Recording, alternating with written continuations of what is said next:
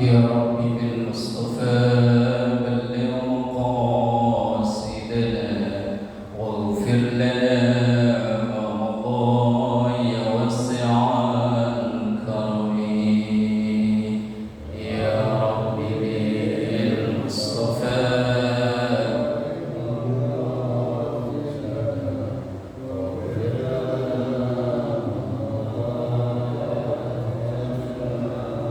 أستغفر الله من قول بلا عمل لقد نسبت به نسلا لذي رقم يا رب بالمصطفى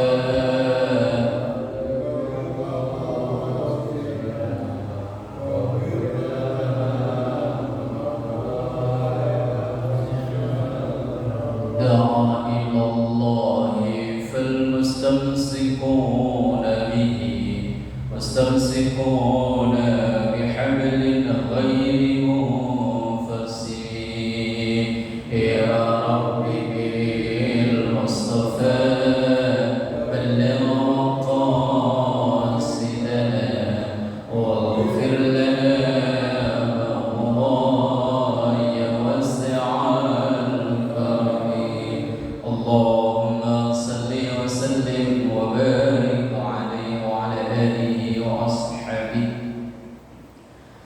الحمد لله رب العالمين ثم الصلاة والسلام على سيد المرسلين وعلى آله وأصحابه أجمعين سبحانك لا علم لنا إلا ما علمتنا إنك أنت العليم الحكيم رب اشرح لي صدري ويسر لي أمري واحلل عقدة من لساني يفقهوا قولي واجعل لي وزيرا من أهلي أما بعد حضرة العلماء والكرامة وحضرة الجماعة musalla al-muhajirin yang semoga kita semua selalu diberkahi, diridhoi, dikaruniai sehat afiat, panjang umur dalam taat ibadah kepada Allah Subhanahu wa taala. Alhamdulillahirabbil alamin, malam ini kita memulai kegiatan taklim kita setelah rehat Ramadan dan Syawal. Dan mari kita awali dengan kita doakan kedua orang tua kita yang masih ada, semoga selalu sehat afiat, yang telah tiada semoga ditempatkan di raudhah riyadil jannah. Kita doakan semua guru-guru kita doakan semua orang yang berjasa berbuat baik kepada kita, terlebih yang telah memperjuangkan berdirinya Musalla al-Muhajirin ini. Kita doakan anak cucu keturunan kita semoga semua dijadikan saleh salehah, keluarga kita keluarga yang sakinah mawaddah warahmah, rezeki yang halal dan barakah. Kita doakan apabila ada di antara jamaah kita atau warga kita yang tinggal di perumahan pilihan ini, kalau ada yang sakit kita doakan semoga segera diangkat penyakitnya, diberikan sehat afiat, dan juga majelis taklim kita ini diberikan istiqamah, diberikan manfaat dan barakah ala hadhihi wa ila hadratil nabiyil mustafa Muhammadin sallallahu alaihi wasallam. Syamilna ilahum al-fatihah. A'udzu billahi minasy syaithanir rajim. Bismillahirrahmanirrahim. Alhamdulillahi rabbil alamin arrahmanir rahim maliki yaumiddin. Iyyaka na'budu wa iyyaka nasta'in ihdinas siratal mustaqim صراط الذين أنعمت عليهم غير المغضوب عليهم ولا الضالين آمين يا رب العالمين. Bismillahirrahmanirrahim. Kita melanjutkan kajian kita dari kitab Riyadhus Shalihin yang ditulis oleh Imam An-Nawawi Ad-Dimashqi, memasuki bab yang ke-14, yakni bab fil iktisad fil ibadah. Bab yang menjelaskan tentang sederhana dalam ibadah. Enggak terlalu kenceng, enggak terlalu kendor, sederhana, sedang-sedang saja. Khairul umur awsatuha. Perkara yang terbaik itu yang sederhana, yang sedang-sedang saja. Sesuatu kalau berlebihan enggak jadi baik. Sop iga itu enak kalau cuma semangkok. Mangkok kedua enaknya udah berkurang, mangkok ketiga udah gak enak lagi. Sederhana. Begitupun ibadah. Dalam hal ibadah saja disuruh sederhana, apalagi yang di luar atau selain ibadah. Kita memasuki hadis yang 144. Ini kitab saya kasih tanda nih 144. Wa ani bin Mas'udin radhiyallahu anhu. Diriwayatkan dari sahabat Abdullah bin Mas'ud radhiyallahu anhu, semoga Allah meridhoinya. Anna Nabiyya sallallahu alaihi wasallam, sesungguhnya Nabi kita Muhammad sallallahu alaihi wasallam qala, bersabda, halaka, celaka, al-mutanatti'un. Al-mutanatti'un itu orang yang berlebih-lebihan. Qalaha, Rasulullah mengucapkan ini salasan, diulang 3 kali, yaitu mengucapkan halakal mutanatti'un, diulang 3 kali. Celakalah orang-orang yang berlebihan, orang-orang yang membesar-besarkan. Maksud al-mutanatti'un yaitu al-muta'ammikun, membesar-besarkan. Ibaratnya wong Jawa jerok-jerokno. Kadang kita itu kan membesar-besarkan ya. Rumah kita bocor cuma 2 biji, 2 tempat. Kita cerita ke orang-orang, wah rumah saya bocor semua. Padahal bocornya cuma 2 tempat tuh. Itu pun di ujung kecil lagi. Kadang suka gede-gedein masalah. Wah terawih semalam, wah berantakan. Emang kenapa berantakannya? Imamnya lupa serakaat. Loh, imam cuma rakaat kok bilangnya berantakan. Nek kalau cara wong Jawa gede-gede no, jerok-jerok no. Kalau orang sini apa ya? Kalau dulu pelajaran bahasa Indonesia ada mana apa ini? Sesuatu yang sebetulnya nggak begitu heboh, tapi beritanya diheboh-hebohin. Apa dulu sih? Ada pelajaran bahasa Indonesia dulu ya? Hiperbola. Nah, hiperbola, kan gitu dulu ya. Wah, Inter Milan babak belur dihajar Barcelona. Kok babak belur? Ya pemainnya nggak apa-apa kok babak belur. Wong kalah cuman 2-0 aja kok. Apa namanya hiperbola bener ya? Yang Pak Guru ya. Hiperbola kan berita yang sederhana tapi dibesar-besarkan. Nah, itu kata Rasulullah, halakal mutanatti'un, celakalah orang-orang yang suka seperti itu. Tapi bukan masalah yang sederhana tadi, yaitu dalam hal ibadah. Orang-orang yang berlebihan. Nah, tafsir hadisnya al-muta'ammikun. Amako itu artinya dalam, orang yang jeruk-jerukno itu tadi. Al-musyaddidun, orang yang mempersulit.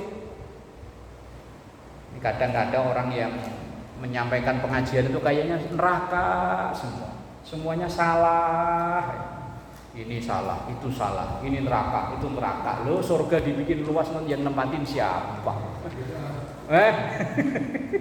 Ini bid'ah, itu bid'ah, itu haram. Loh, yang halal yang mana? Kayaknya susah banget loh, beragama itu kayaknya susah. Padahal nanti di hadis yang berikutnya itu ada keterangan innad dina yusrun. Agama itu mudah. Wong la yukallifullahu nafsan illa wus'aha. Allah itu tidak membebankan, kallafa yukallifu itu artinya membebankan hukum, kecuali dengan kadar kemampuannya. Kalau sholat fardu memang wajibnya berdiri, wajibnya. Tapi kalau nggak mampu berdiri, ya duduk. Itu pun hanya di sholat wajib loh. Kalau sholat sunnah dari awal sampai akhir, seandainya pengen duduk boleh Pak. Cuma yo, nah iyo, pahalanya yo beda. Umpama Pak. Ntar ini kan sebentar lagi Idul Adha. Kemudian Pak Wasto bikin pengumuman, kita supaya bikin sensasi kayak di Azaitun ya, bikin yang aneh-aneh biar viral. Di videoin nanti sholat Idul Adha dari mulai takbir pertama sampai salam duduk semua. Nah, kemudian di videoin diunggah di media sosial. Kalau yang paham, insya Allah nggak masalah Pak. Oh boleh, ternyata sholat sunnah duduk dari awal sampai akhir boleh. Yang nggak paham yang bikin heboh. Wah Pak Wasto ini ada-ada aja dapat ilmu dari mana ini? Wah sesat ini. Oh. Menyesatkan, sesat, menyesatkan. Kalau sesat sendiri mah nggak apa-apa. Ini ngajak perumahan sesat semua. Yang nggak ngerti. Kadang komen yang pedes itu kan yang memang orang-orang nggak ngerti. Kalau orang ngerti biasa. Wong yo ternyata boleh kok. Sholat sunnah dari awal sampai akhir duduk terus. Tapi kalau wajib, ya kalau mampu berdiri. Lah itu artinya kan la yukallifullahu nafsan illa usaha. Kalau memang nggak mampu berdiri ya duduk. Nggak mampu duduk rebahan, nggak mau rebahan ya isyarat. Kalau isyarat pun udah nggak bisa ya wes disolati ganti. Terakhir udah. Lah puasa juga sama bagi yang mampu, yang nggak mampu boleh dikodok. Kalaupun kodok nggak bisa ya fidyah. Lah sebentar lagi kurban, yang mampu ya kurban. Kadang ada yang salah persepsi kalau kurban itu hanya sunnah sekali seumur hidup, padahal tidak. Bagi yang mampu kurban itu sunnah sepanjang tahun. Setiap tahun di saat ia mampu. Tahun ini memang dia mampu. Tahun depan kok kebetulan rezekinya dikurangi ya wes. Ini kadang kan ada yang berpersepsi, berprasangka bahwa kurban itu hanya sunnah sekali seumur hidup. Ketika kadang pengurus mushola, Pak nggak ikut kurban. Oh saya kan tahun kemarin udah. Nah ya kalau memang tahun ini rezekinya agak kurang ya monggo, nggak apa-apa mau sunnah. Tapi kalau yang mampu sunnah setiap tahunnya. Kalau haji itu wajib sekali seumur hidup. Dan kalau kurban itu setiap tahun. Kalau memang pas kurban itu dia mampu. Lah kalau yang mampu kurban, nggak mampu ya wis. Kalau patungan, kayak di sekolah ini kan modelnya patungan Pak ya. Ya anak setiap apa namanya? Setiap anak misalnya ditarik 50.000 umpama ya. Nah, kalau satu sekolahan misalnya dapat 50 juta kan bisa dapat 2 sapi. Lah itu kurban atas nama siapa? Apakah nggak boleh? Boleh. Rasul Shallallahu Alaihi Wasallam ketika beliau memotong kurban, walaupun ini tetap selalu terjadi kontroversi loh ya. Nanti takutnya, wah nggak boleh berarti nggak usah kurban, dibuangan. Asal dia masih Islam. Nah kalau yang nggak Islam, lah itu bukan kurban namanya, ya wes pesta rame-rame gitu. Ketika Rasulullah menyembelih hewan kurban, beliau itu ketika sambil motong itu hadza min Muhammadin. Ini kurbannya dari Muhammad, dari pribadi beliau. Wa ali Muhammadin, dan keluarga Nabi. Berarti keluarganya kan anak, istri, kan ya banyak kan? Kemudian wa min ummati Muhammadin, dan dari umat Nabi Muhammad. Umat Nabi Muhammad berapa miliar? Ini cuma satu sekolah paling berapa ratus orang sih ya? Taruhlah 500 orang umpama. Nah iya, apakah boleh? Boleh. Ya memang ada yang kenceng nggak bisa kalau kurban, kalau kambing untuk 1 orang, kalau sapi untuk 7 orang, nggak sekeras itu, nggak sekeras itu. Kalau masalah fikih ya akan selalu terjadi kontroversi. Kontroversi itu selalu beda pendapat.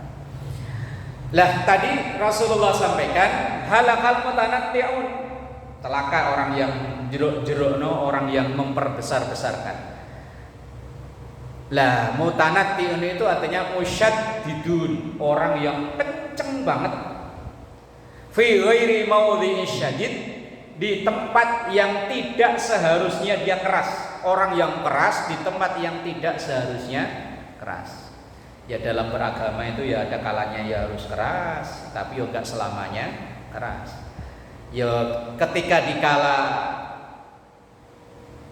agama dilecehkan, agama kita dihinakan, ya sedikit keras ya monggo. Tapi kalau sesama saudara kita seakidah, sholatnya sama, ya, puasanya sama, hajinya ya sama ke Mekah, lo kok dengan gampangnya kafir, gara-gara hormat bendera dibilang kafir. Ada aja orang begitu ya, haram semua. Ini hadis yang 144. Artinya dalam kita beragama itu ya yang tadi lembut. Hadis yang 145. Wa an Abi Hurairah radhiyallahu anhu, diriwayatkan dari sahabat Abu Hurairah radhiyallahu anhu, anin Nabi sallallahu alaihi wasallam, dari Nabi kita Muhammad sallallahu alaihi wasallam. Nah, ini sabda Rasulullah yang saya singgung di awal tadi. Innad dina yusrun, bahwa agama Islam ini mudah. Tapi jangan disepele. Artinya mudah ya, kalau nggak mau berdiri ya duduk. Nggak bisa 4 rakaat, 2 rakaat qashar. Nah, kalau kita pulang kampung kan rata-rata sholatnya kita qashar, mudah. Oh, sholat duhur nggak bisa, ya wes dibareng, dirapel sama asar, namanya jamak. Oh, takut nanti asar nggak keuber waktunya karena repot kita di perjalanan, ya wes dimajukan ke duhur, namanya jamak takdim. Puasa nggak kuat, ya wes dibatalin, ya boleh. Ketika dalam perjalanan, asal perjalanannya itu udah memenuhi syarat, boleh tidak berpuasa. Riwayatnya ketika Rasul bersama rombongan para sahabat, apalagi kan di zaman Rasul memang kondisi alamnya begitu panas luar biasa. Sekarang aja katanya sampai 40 ya. Kita di Indonesia sekarang ini 32 aja kalau siang, perasaan AC dinyalain, kipas dinyalain, bentar-bentar cuci muka masih panas. Di zaman Rasul kondisinya panas luar biasa. Ketika dalam perjalanan sebagian sahabat yang nggak kuat, ya udah dibatalkan puasanya. Tapi sebagian yang kuat lanjut. Nah, ketika dua kelompok orang, yang satu batalin puasa, yang satu lanjut, ini eyel-eyelan. Wah, saya nggak kuat, ya saya bukalah. Wah, nggak bisa, ya harus dilanjutin. Wah, sama-sama ngadu ke Rasulullah. Dua-duanya dibenarkan. Yang membatalkan puasa ya dibenarkan karena alasan memang nggak kuat. Yang melanjutkan puasa ya dibenarkan kalau memang masih kuat. Ya, kita ini namanya yusrun, agama itu mudah. Lah, sesuatu yang wajib saja, teknis pelaksanaannya masih bisa ditawar. Artinya kan ditawar itu 4 rakaat duhur ditawar 50% diskon, jadi 2 rakaat. Asar iya, isya iya. Kalau maghrib ya nggak bisa, masuk tinggal 1,5. Kan maghrib 3 rakaat, masuk tinggal 1,5 lagi. Subuh lah masuk di diskon tinggal 1 lagi, kok banget temen. Ini kan yusrun, agama ini kan mudah. Yang wajib saja masih bisa ditawar teknis pelaksanaannya, apalagi yang sunnah, apalagi yang bukan sunnah. Bukan sunnah itu maksudnya budaya. Ini loh, kadang ini harus kita sampaikan secara jujur. Ketika punya orang tua yang sudah meninggal, wajibnya itu kan mendoakan. Wajibnya loh ya, wajibnya itu mendoakan. Sementara ngadain acara 7 hari, 40, 100 dan seterusnya, itu kan budaya yang diisi dengan ajaran agama. Kalau memang mampu untuk ngundang tetangga dengan memberi sedekah, ya monggo silakan. Untuk kebaikan wong sedekah ini termasuk sesuatu yang tetap sampai ke yang dituju. Ini dalam keyakinan kita orang Ahlus Sunnah. Kalau keyakinan orang seberang sono katanya nggak nyampe. Katanya, ya itu urusan dia.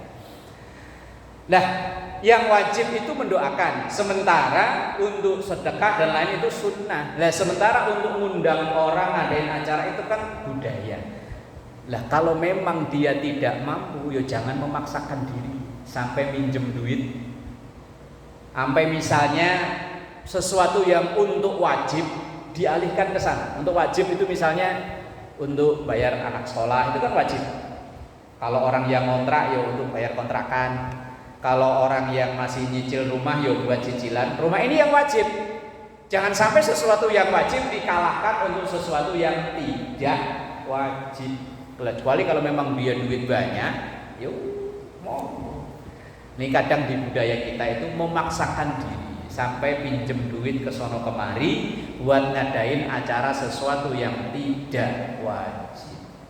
Nah, ini kita harus bisa memilih mana yang wajib, mana yang bukan, mana yang harus dikerjakan, mana yang tidak. Tapi bagi orang yang mampu, nggak ada kendala, silahkan saja.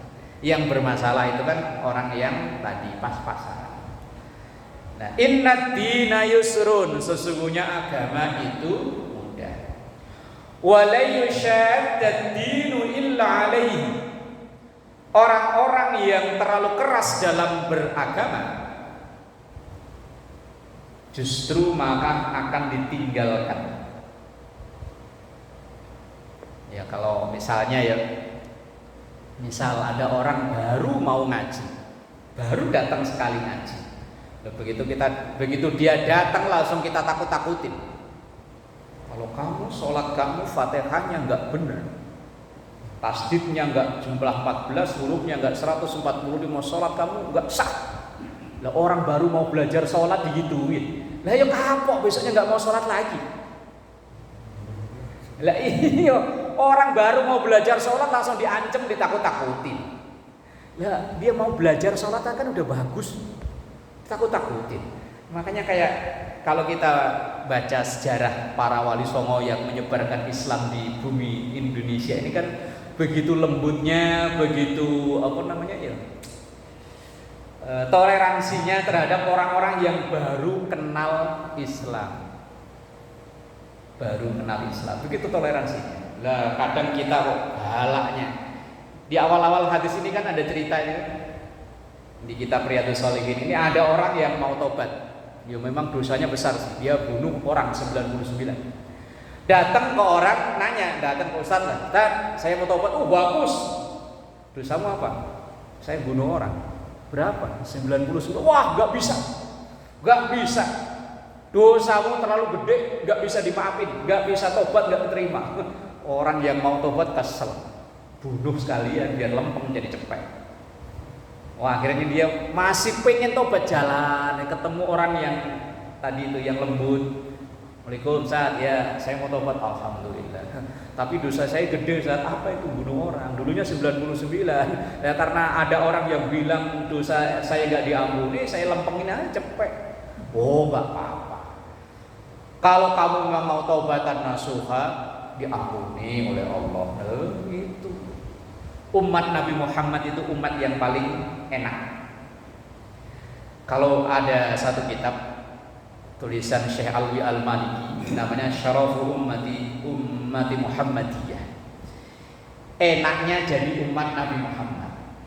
Itu salah satunya di antaranya adalah ketika umat Nabi Muhammad ini melakukan dosa, azabnya ditangguhkan sampai nanti ia meninggal, sampai nanti di akhirat. Tapi kalau umat terdahulu sebelum Nabi Muhammad, asal dia berbuat dosa besar yang dia lakukan, kok nabinya itu kesel, tokcer langsung. Kan ada cerita itu di awal-awal Baqarah, Nabi Musa itu melarang umatnya untuk nyari ikan, entah mancing, entah ngejala di hari Sabtu. Nah, umatnya Nabi Musa itu kan orang-orang Bani Israel terkenal cerdas dan ngeyelnya luar biasa. Lah karena dilarang mancing atau nyari ikan di hari Sabtu, larangannya kan hari Sabtu. Wah, dia akhirnya masang jala Jumat sore dipasang jalannya, seharian Sabtu nggak diapa-apain, Minggu pagi diambil. Taktiknya dari Israel. Akhirnya ya Nabi Musa tahu, marah, akhirnya ya kunu kirodatan khosiin, langsung disumpahin. Apa disumpahin? Langsung kunu jadilah kalian kirodatan, ketek, monyet, dikutuk. Nah iya makanya hati-hati yang hobi mancing.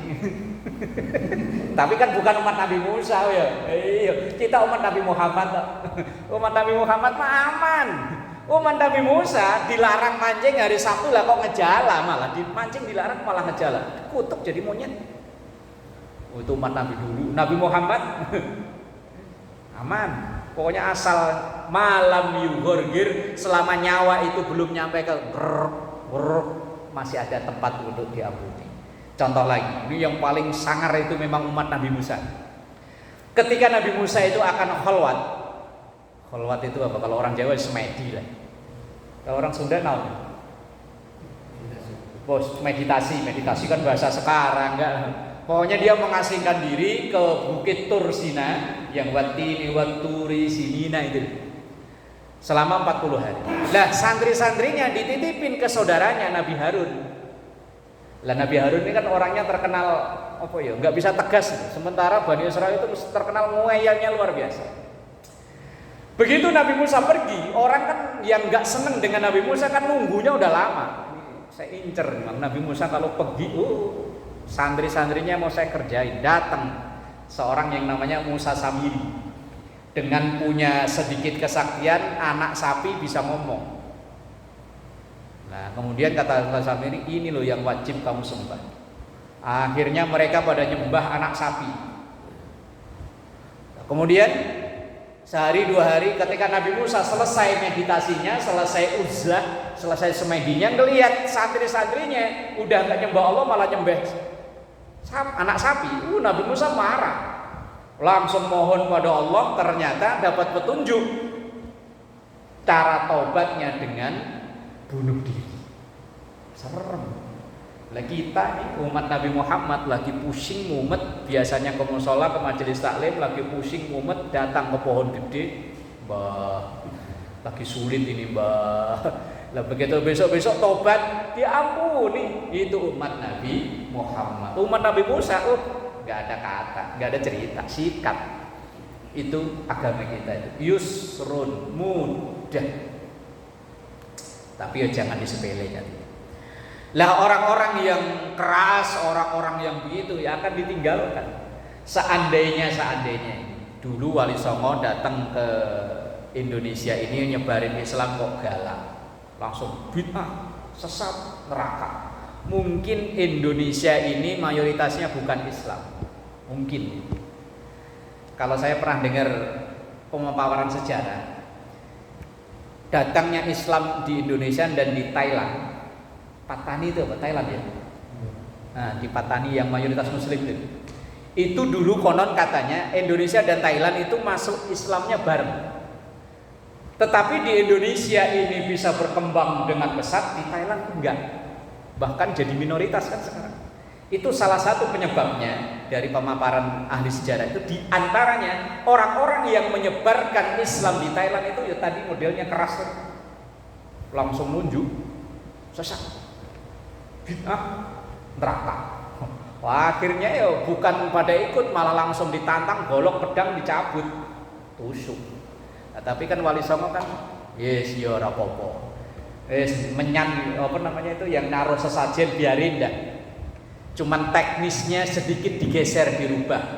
Kalau dulu misalnya ada yang apa namanya pagebluk.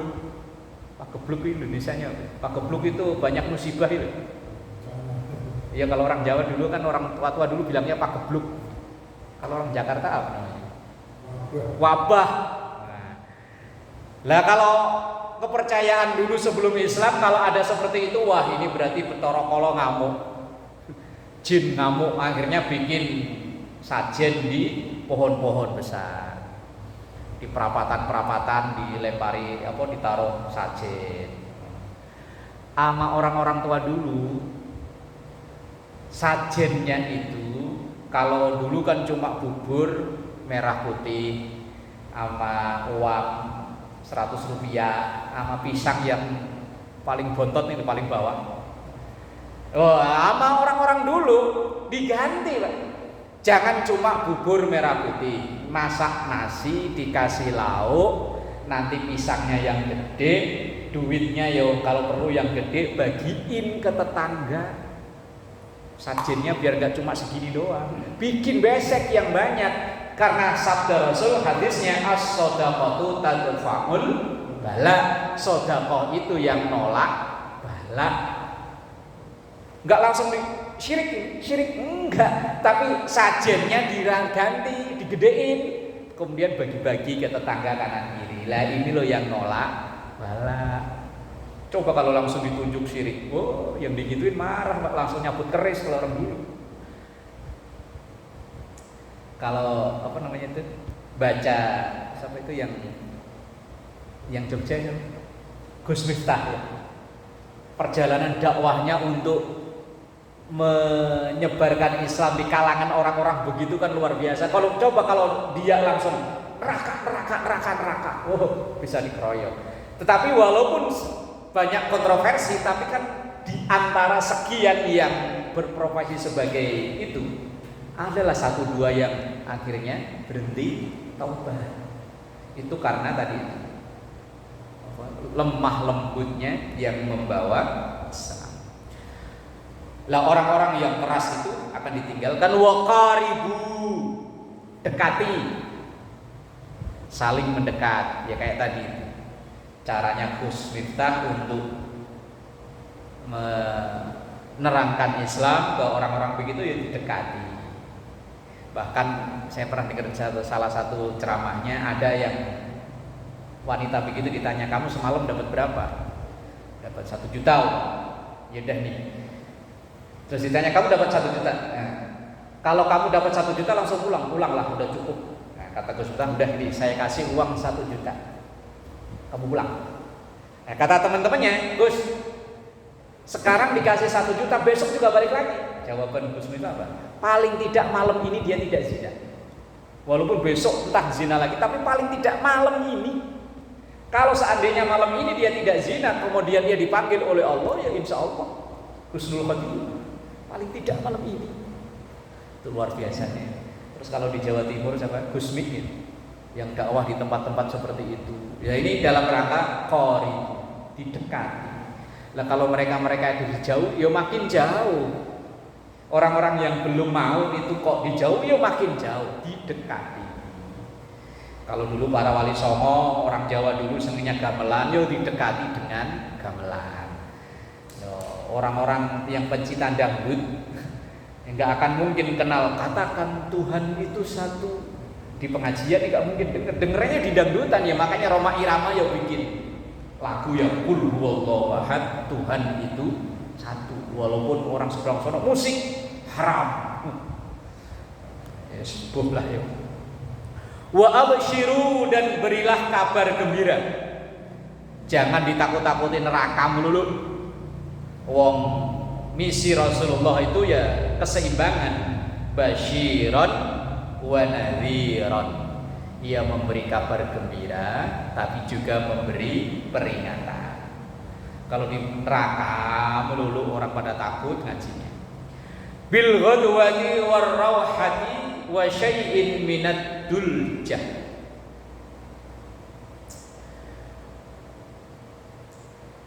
Wasta'inu ala tahsilil ibadah, dan saling membantulah dalam keberhasilan beribadah. Artinya kerjakanlah ibadah semampunya bil ghadwati, yang ada di waktu pagi. Duha kan waktu pagi ya. War rauhati atau waktu sore. Wa syai'in, dan sedikit sebagian kecil minat duljah ay al-lailah, di waktu malam. Artinya ya dalam ibadah sederhana, enggak perlu memaksakan. Bismillahirrahmanirrahim. Ini hadis 145. Kemudian hadis 146 diriwayatkan dari sahabat Anas bin Malik radhiyallahu anhu qala. Ini Anas bin Malik cerita, dakhalan Nabi sallallahu alaihi wasallam al-masjid. Satu saat Rasulullah itu masuk ke dalam masjid. Fa idza hablun mandudun baina sariyataini. Ketika Rasulullah masuk ke dalam masjid, itu melihat tambang yang diikat dari satu tiang ke tiang yang lain. Misalnya dari tembok sini ke tembok sini, ada tambang yang diikat. Biasanya nggak ada loh, ini kok ada tambang yang diikat. Faqala, maka Rasulullah bertanya, ma hadzal hablu? Lah ini tambang buat apaan? Kalau bahasa sekarang kan gitu. Ma hadzal hablu? Ini tambang buat apaan? Kok di tengah-tengah masjid kok ada tambang yang diikat dari tiang sini ke tiang sini? Qalu, maka para sahabat yang ada di dalam masjid itu menjawab, hadza hablun li Zainabin. Ini tambang, ini tali punya Zainab. Fa idza fatarat, lah digunakannya ketika Zainab itu sholat malam, udah mulai capek, udah mulai berat badannya, ta'allaqat bihi, maka Zainab itu berdirinya sambil pegangan tambang. Itu saking memaksakan dirinya, sholatnya itu terus berlanjut. Faqala Nabi sallallahu alaihi wasallam, ketika melihat seperti itu dan tahu jawaban dari para sahabat seperti itu, beliau bilang begini, khulluhu, copot, lepas. Ini tambang, lepasin aja. Liyusalli ahadukum nasyatahu. Kalian itu kalau sholat ya pas dalam keadaan buger, sehat. Maksudnya sholat itu jangan memaksakan. Kalau memang udah nggak kuat berdiri, nggak usah kok pegangan tambang kayak tadi yang diceritakan di sini. Yes, kalau nggak kuat ya udah duduk. Lah kalau sholat udah nggak kuat ya wes, ini malah ada lanjut. Fa'idza fataro, kalau udah repot, udah berat untuk sholat malam, fal yurqad, maka ya wis istirahat, tidur. Nah, kita yang senang malah dengar tidurnya ini. Dalam hadis ini mungkin ya, kalau saya baca banyak keterangan tadi, ini yang dimaksud adalah sholat sunnah. Ketika sholat sunnah malam kita udah nggak kuat untuk melanjutkan, ya wis udahan, tidur, istirahat. Ini kadang jangan dipakai, berarti saya kalau mau sholat ngantuk tidur dulu. Lah iya, kalau nggak kebablasan, ya, kalau kebablasan kan repot. Ini kadang kalau subuh kan penyakitnya gitu ya. Apalagi malamnya ada kegiatan yang cukup menguras energi. Tidur jam 11 atau mungkin lebih lah, jam 1 baru tidur. Dengar azan, walah kok masih ngantuk. Katanya kalau capek ngantuk tidur dulu. Tadi ngajinya wah tidur. Lah kalau bisa menjamin nggak kebablasan ya monggo lah. Tapi kan yo kalau badan capek kayaknya yo bablas ya. Misalnya itu di sini udah as-salatu khairum minan naum. Katanya kalau capek ngantuk boleh tidur dulu, tidur. Nah, ya wis bablas. Tapi kalau bisa menjamin ya, tapi kayaknya kalau kelas-kelas model kayak kita kalau entar ya bisanya jadinya subuh awan-awan. Subuhan namanya subuh awan-awan. Kira istrinya mah, ya Allah lagi keluar rajin amat, ya udah sholat duha jam segini. Tahunya begitu sami Allahu liman hamidah, pakai kunut. Lah ini duha cap popo pakai kunut. Tahunya subuhan, subuh awan-awan. Ini maksudnya jangan memaksakan diri. Kalau memang udah nggak kuat, ya wes duduk. Kalau udah nggak kuat, ya wes istirahat. Kayak gitu. Khulluhu liyusalli ahadukum nasyatahu. Lepas itu tambang kata Rasulullah, lepas. Kalau memang udah gak kuat ya udah istirahat. Sholat itu kalau pas lagi udah dalam keadaan buger. Nah, kalau kita ya caranya buger bagaimana? Lah kalau kita kok ngantuk kok langsung tidur, ya insya Allah bablas tidur terus. Ya caranya bikin kopi ya kok. Kalau yang hobi udut ya udut dulu, dapat sebatang masa ngantuk habis udut. Ya kalau enggak ya cuci muka biar seger gitu ya. Pokoknya caranya kalau kita lagi sholat itu dalam keadaan fit, dalam keadaan fresh, jangan memaksakan. Bahkan ada keterangan kalau nggak salah dalam kitab Bulughul Maram, al-asya qabla al-isya. Itu bunyi hadisnya, al-asya qabla al-isya. Kalau makan malam itu sudah siap, misalnya nih kita mau sholat isya, lah kebetulan habis sholat maghrib kita pulang, nggak ada acara pengajian, kita pulang di rumah. Lah kemudian istri udah nyiapin semua, ini sudah siap pak. Lah di musola ada, mana yang didahulukan? Makan dulu apa sholat dulu? al-asya, makan dulu, kemudian baru sholat isya. Logika gampang-gampangnya kan begini Pak, daripada sholat mikirin makan, kan mending makan mikirin sholat. Itu logika goblok-goblokan lah. Enggak pakai hadis-hadisan yang itu Pak. Daripada sholat kok mikirin makan. Misalnya kita maksakan diri datang ke musola, Allahu Akbar, tadi kayaknya beli sate enak, kok nggak bisa ngomong. Jangan-jangan dihabisin sama anak nih pulang kerja nih, Insya Allah. Sholat 4 rakaat yang dipikirin kok makan. Lah kalau dia makmum mending, malah kalau pas imam. Imam kan resiko. Lah kalau makmum mah aman, sholat jadi makmum kan paling enak. Rukuk Allahu Akbar. Sami Allah. Lah kalau jadi imam kan mikir.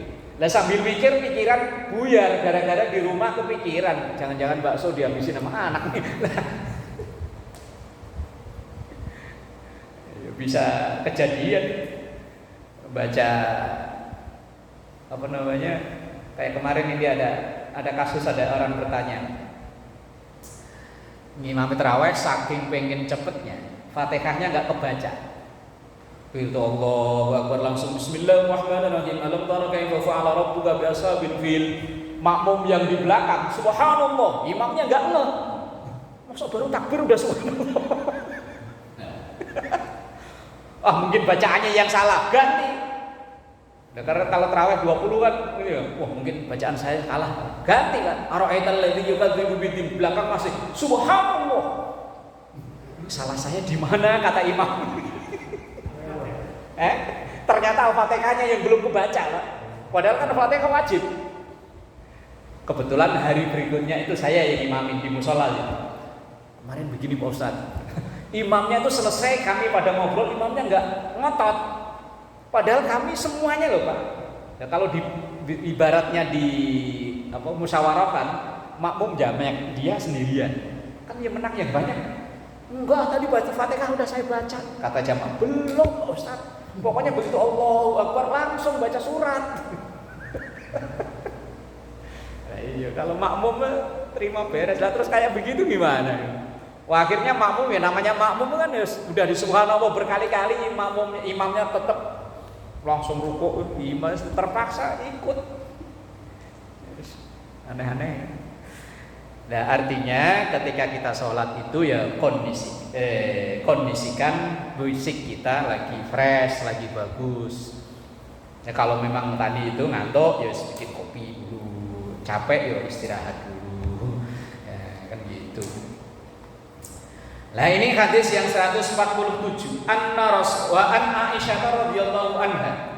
Dari sahabat Aisyah, dari istri beliau malah radhiyallahu anha, anna Rasulullah sallallahu alaihi wasallam qala, beliau bersabda, idza na'asa ahadukum wa huwa yusalli falyarqud. Idza na'asa, ketika ngantuk, ahadukum, salah satu di antara kalian, wa huwa yusalli, padahal lagi sholat, falyarqud, maka istirahat. Ya berarti ya diselesaikan dulu sholatnya. Mosok begitu lagi sholat ngantuk langsung tidur ya enggak, diselesaikan dulu lah semampunya. Ini maksudnya kan ya sholat malam lah ya. Hatta yadhaba anhun naum, sehingga hilanglah itu ngantuk dengan tidur. Nah kalau bisa ngilangin ngantuk dengan selain tidur ya dengan ya bikin kopi kayak merokok dulu kayak apa kayak. Fa inna ahadakum idza shalla wa huwa na'is, karena sesungguhnya salah satu di antara kalian ketika sholat kok dalam keadaan ngantuk, la yadri, maka dia enggak akan tahu, la'allahu yadhhabu yastaghfiru fa yasabba nafsahu, ia enggak tahu apa yang dibaca. Namanya orang ngantuk kan bacanya yang enggak jelas, namanya ngantuk. Sholat saya ihdinas siratal mustaqim kan nggak jelas ya. Yes, makanya diusahakan kalau sholat itu udah hilang ngantuknya. Lah kalau pas ngantuk ya dihilangin ngantuknya dengan cuci muka kayak dengan apa kayak. Ini kadang kalau dengerin khutbah Jumat kan pada ngantuk kok ya. Pada begitu khusyuk katanya. Ya begitu apa namanya? Di istirahat duduk di antara dua khutbah kan kadang ya pada keluar wudu. Ya kalau duduknya begini sih nggak goyang-goyang, insya Allah wudunya nggak batal. Tapi kalau yang goyang-goyang kan ya batal. Apalagi harus nyampe ules sampai ngorok ber.